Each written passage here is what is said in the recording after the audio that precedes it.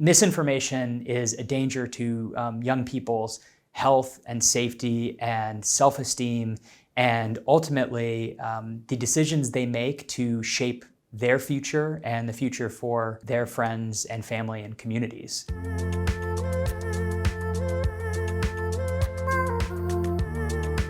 MediaWise is a digital media literacy program based out of the Poynter Institute in the US. And what we do is we create innovative and impactful media literacy programs for anyone of any age to help them separate fact from fiction online.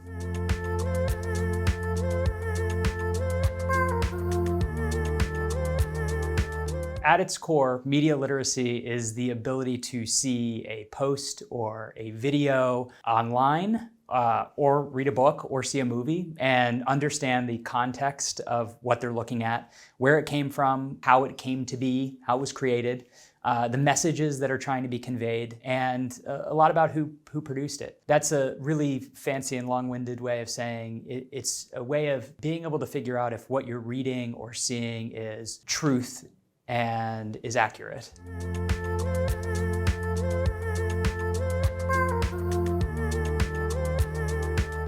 I think more and more data is showing that students, young kids, are spending a lot of time on their phones, and they are getting a majority of the news about what's happening around them from TikTok or Instagram or Snapchat.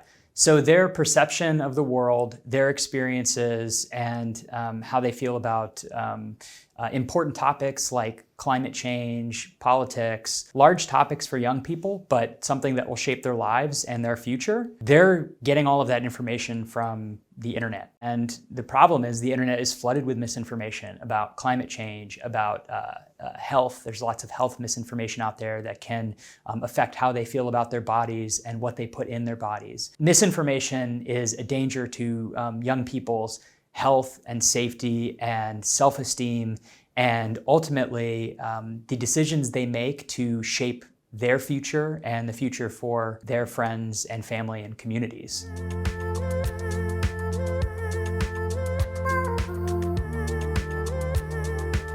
Teachers can be the force that blocks out a lot of that misinformation noise. They just need to know how to teach media literacy and why it's important to teach media literacy. Because it's true, the kid is going to be, a student is going to be watching TikTok videos all the time, but when they're in the classroom, that's an opportunity to talk to them about why what they're seeing on TikTok may not be real. And I think you can make a real big impact on young students that way.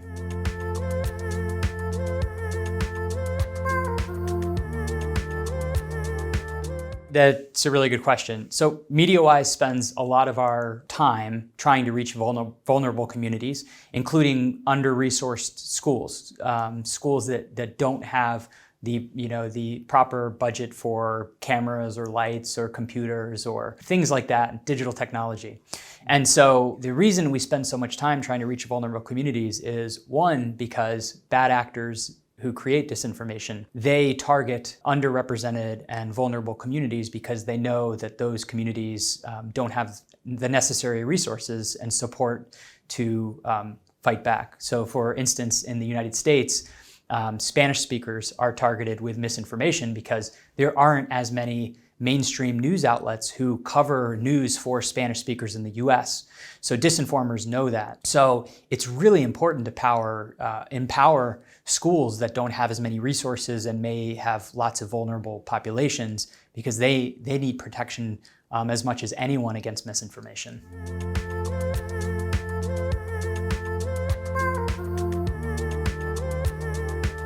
In a perfect world, every teacher in every school would have a media literacy curriculum that they could teach to their students and their students would enjoy. That's the perfect world.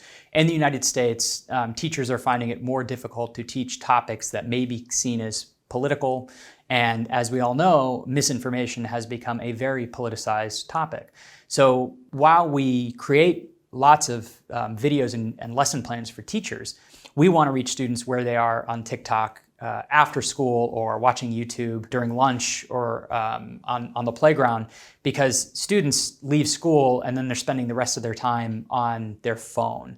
So it's important to not only reach them in schools and have lessons plans for them, but also for them to be coming across educational content addressing these media literacy skills gaps in spaces where they already are outside of school and where they're spending a lot of time.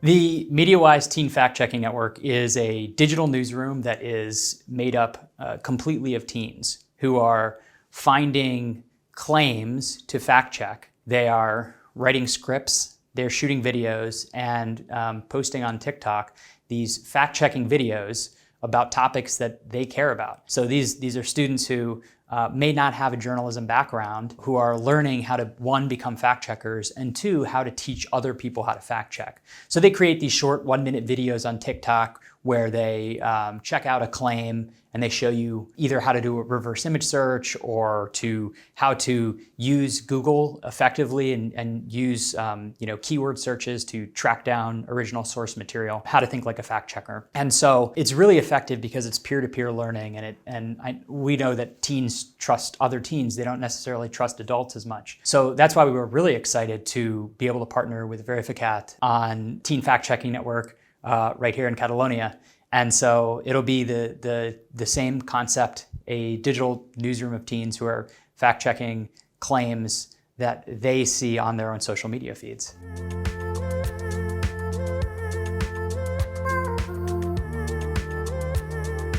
When big tech platforms started rolling out these social media companies and social media platforms from the very beginning, I don't think they were thinking very much about misinformation or the harm it could do for society.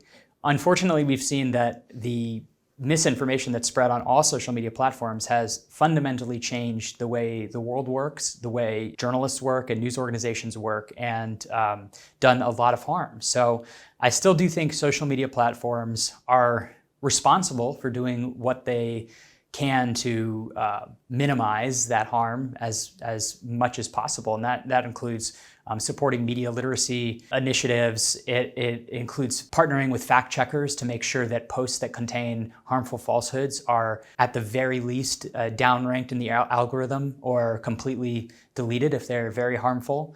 And they are also responsible, I think, and they are responsible for arranging their algorithms in a way that promotes truth over falsehoods. And that's just not the way that they don't do that right now. So that's what they should be doing.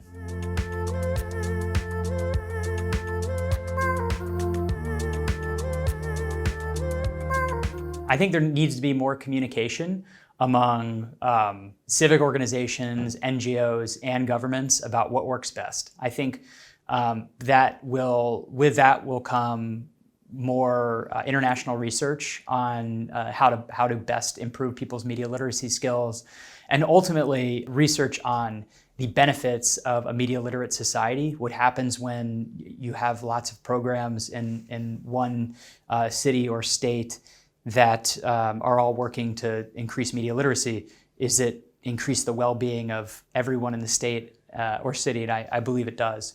So I think with more communication, I think there need to be standardized research practices. So whenever anyone is launching a media literacy program, there is a standard way to measure how effective it is. And I think governments should be funding more of these initiatives. And it could start with funding, more large world conferences based around media literacy or something like that.